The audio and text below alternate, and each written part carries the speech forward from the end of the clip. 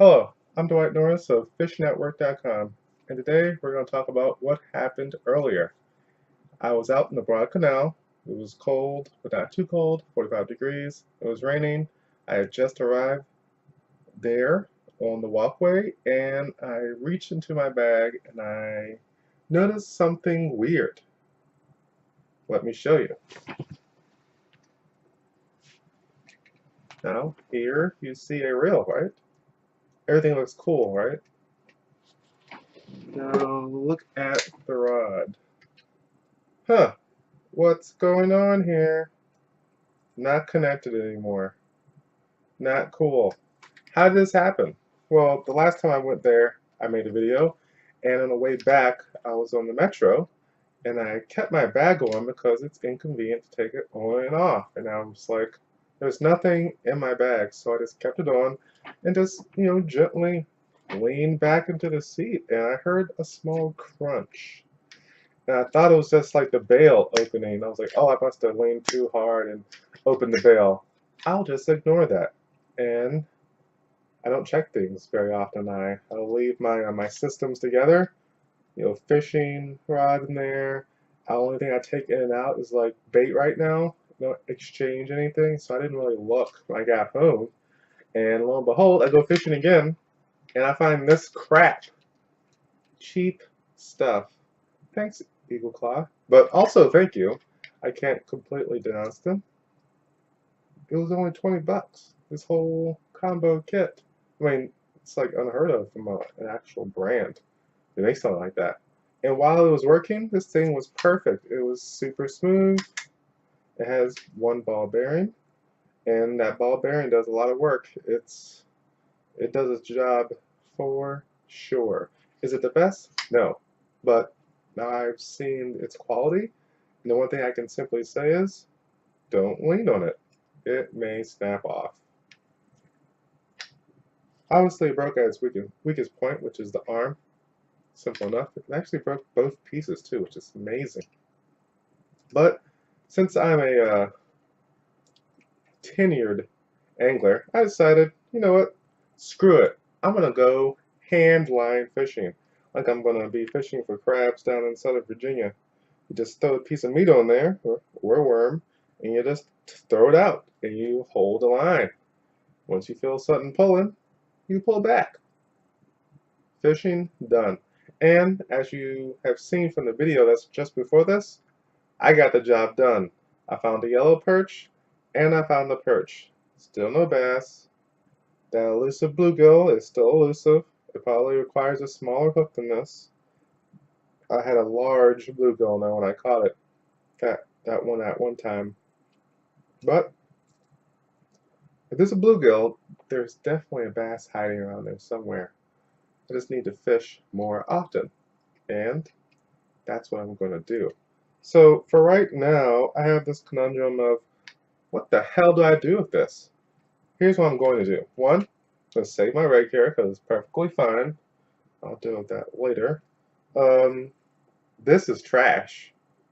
Uh, I won't say like don't get a Eagle Claw packet. It's still a great like a system if you're just getting started, and the rod has been perfect. I mean, I have no complaints. The interlocking chambers are nice and snug when you pull them in there, and there's no wiggle like this piece of crap. Whatever, something from China thing I got. I'll show you that in a minute.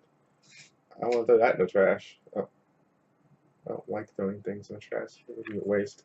I'd rather just use it until it breaks, or it makes me angry enough to give it away to somebody else.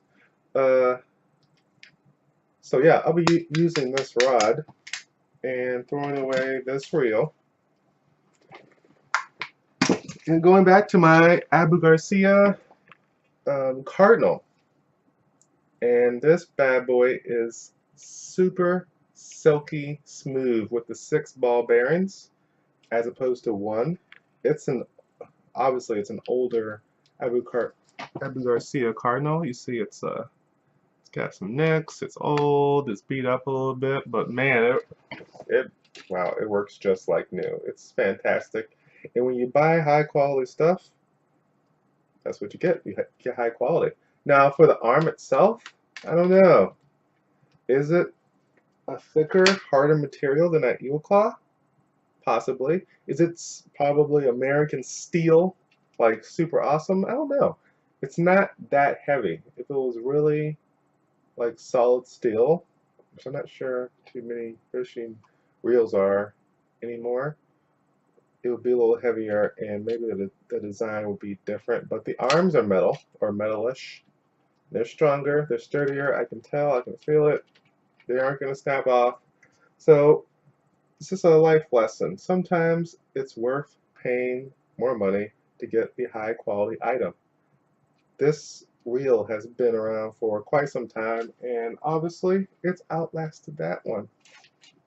Pretty simple. Now this rod that it's on, some crap I got on eBay from a Chinese manufacturer. You know, it works. Didn't break. It sounds a little shaky. It doesn't. The interlocking chambers don't go in snug. It still has plenty of wiggle. The rod tip kind of got bent and lost its inner guide, which is smooth and allows the line to not cause any friction. So that's toast. So in all honesty, this isn't very useful, especially with this long butt to it, which is great for long casting, and counterbalancing. But for my purposes as a travel backpacker slash fishing at worker, a new term, not so useful. But I'll be switching this and putting it on the Eagle Claw packet rod. I'll be going on vacation soon to Florida, and I'm not quite sure how I'm going to be doing my fishing. I know my son will be with me. I might even make videos with him in it as well, because I can't say, hey, stand behind the camera while I take this video so you don't disturb me. But no, he'll be all over the place. That's what kids do. So how will I use my travel expertise to pack my lightweight fishing rod and reel to be able to catch whatever is out there? I'm not sure what's going to bite. I've done a tiny bit of research. Part of me wants to go on a nice little charter boat that takes in about 10 to 15 people, not one of those big 40 to 70 people ones where you're like stuck in your little spot and you're waiting for the fish to bite, and you hope that when it bites, it doesn't go 5 feet to the right or 5 feet to the left. Otherwise, you'll be in somebody else's line and you'll be disturbing them. And then you have to think about taking your young son into that kind of environment and say, hey, this is big fishing. It's not fun. You can't move. You're constricted. You're not having as much fun. You're bothering other people, and you feel more like you're that person on that bus every day traveling to work, and you can't do what you want to do because you don't own anything and you have no control. The less people there are, the more control you have, the more interactions you have, the better relationships you have with people that are on there, the more help you get, the more knowledge that you will actually gain. So that's why I think you should go with charter fishermen in smaller groups, or even by yourself if you can afford that. I'll try talking to a couple of them for other reasons, but I'm trying to go on a cheat, so we'll see how it works out. I'll be hitting the shoreline. I'll be talking to some of the local fishing shops to get some information, and I'll be trying to do some early morning and maybe even some evening fishing. Along with middle of the day, I'll be trying to hit some piers which are going to be very close to us. Plus, I think we'll be near the water or some other type of inlet area, and there's got to be some fish in there too. So I'll be hitting various spots that I've looked into and people have talked about, and hopefully getting that information on there. But I wanted this to be a quick video, and let's have a couple other weird random things to talk about. Oh, I actually got this last time I was in Tampa because I was looking for a fishing rod. I was like, oh man, I really want to go fishing. I don't have my fishing rod, and I don't know how the hell to catch a fish around here, or what fish there are. Like, what if a tarpon bites it? It's going to snap me in half, and the rod. So, I walked into a nice place, and they helped me out, and I was looking at renting stuff, and I did a little bit of research, very key, and I found out that buying a rod and reel and line and lures and weight, I mean, not lures, but live bait, was cheaper than renting a rod and reel. Isn't that crazy? How's that impossible? How do they charge you so much for the same setup and you get all these extras if you just purchase it? It's absolutely insane. But if you're without your fishing stuff, all is not lost. You could get new stuff and new weights and new live bait, and you could try it all out in the area and actually take it home with you for cheaper than it would have been renting it. Unfortunately, that doesn't work for like renting a car. You know, maybe I should have bought that car I rented down there and saved some money. No, it doesn't work that way. But for fishing rods and reels, that works. So as per the website, I've been doing a lot of research on what people have wanted or want to see in a fishing general kind of a YouTube channel and blog, and I have a long list of what you call keywords. That's what people look for on Google and YouTube, just called search engines, and they use those to find out what they want or need to know. And I've pulled in a very large amount of them, and I picked the ones which are relevant. They have topical relevance to what my website's about and what you need to know. And I've cherry-picked the ones that are important, and I'm going to start making content on those. So just you wait. The freight train of content is about to pour down. It's been really slow lately because I've been doing all this keyword research, which is absolutely painful to do.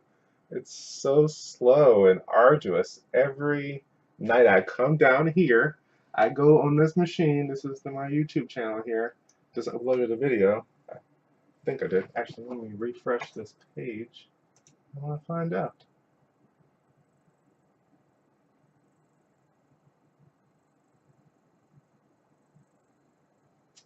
Obviously, it's not working still.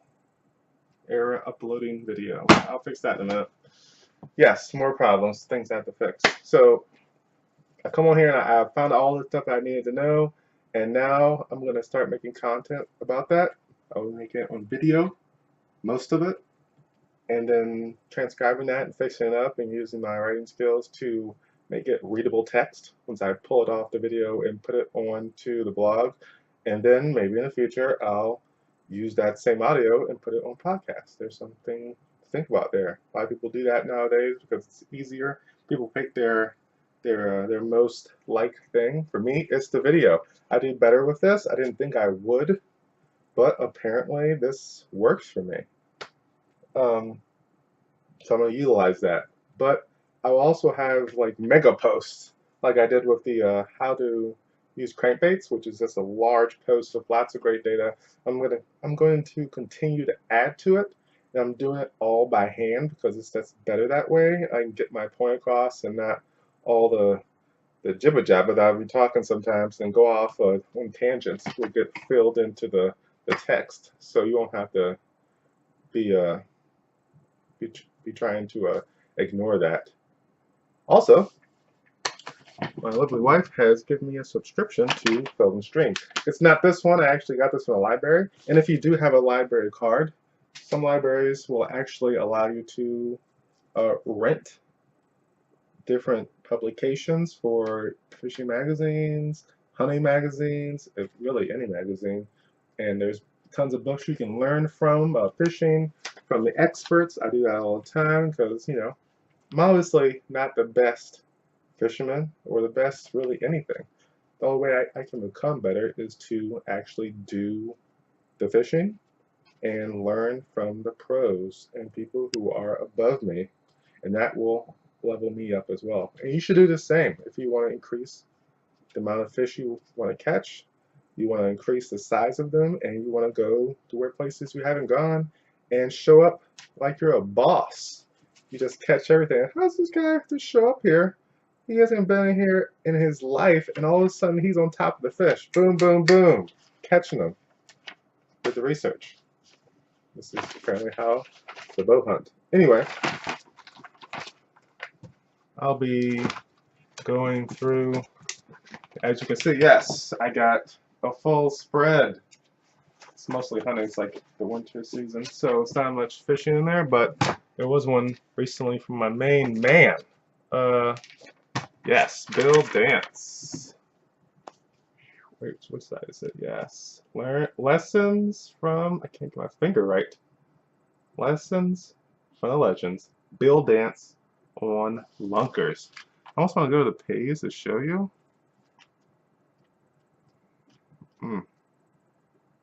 It's awesome. I can't find anything. You ever find out? You ever had that problem where you can't find something when you're looking for it?